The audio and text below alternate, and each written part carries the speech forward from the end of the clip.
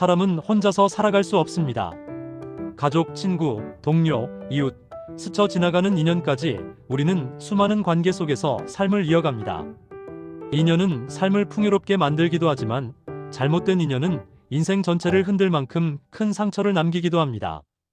특히 나이가 들수록 누구를 만나느냐보다 누구를 만나지 않느냐가 더 중요해집니다. 이 글에서는 살아가면서 반드시 경계해야 할 가능하다면 인연을 맺지 않는 것이 좋은 사람들의 유형을 깊이 있게 이야기해 보겠습니다. 1.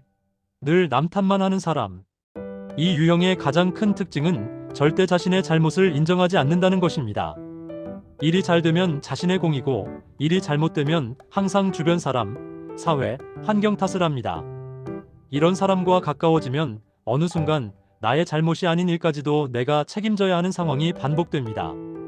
처음에는 저 사람 인생이 힘들어서 그렇겠지라고 이해하려 들지만 시간이 지날수록 감정적 피로가 쌓입니다.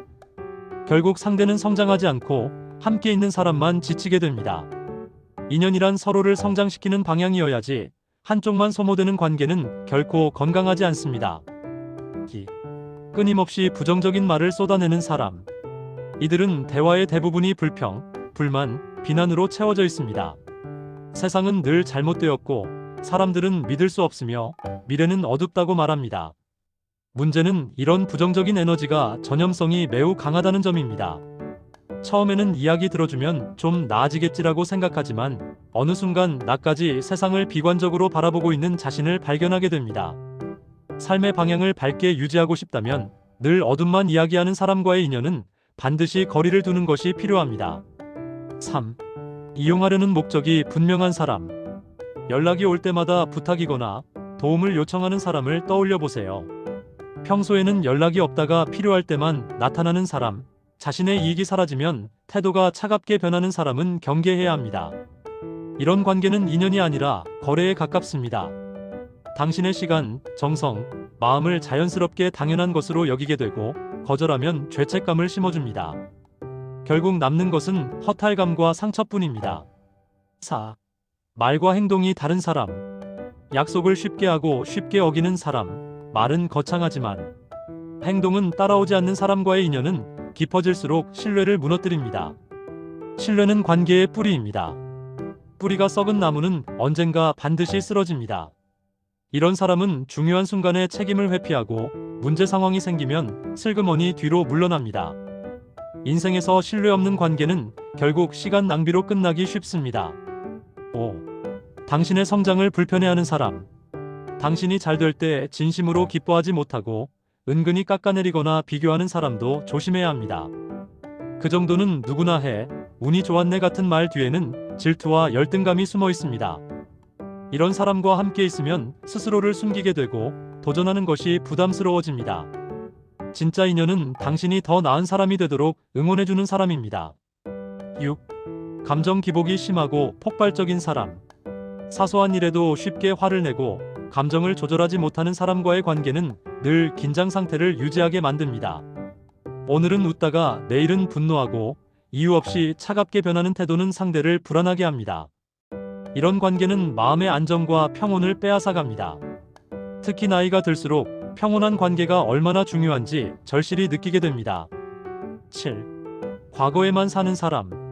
과거의 영광, 과거의 상처, 과거의 실패 이야기만 반복하는 사람은 현재와 미래로 나아가기 어렵습니다.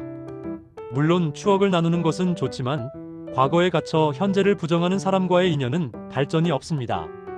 삶은 지금 이 순간에도 계속 흐르고 있는데 늘 뒤만 돌아보는 사람과 함께라면 발걸음이 무거워질 수밖에 없습니다.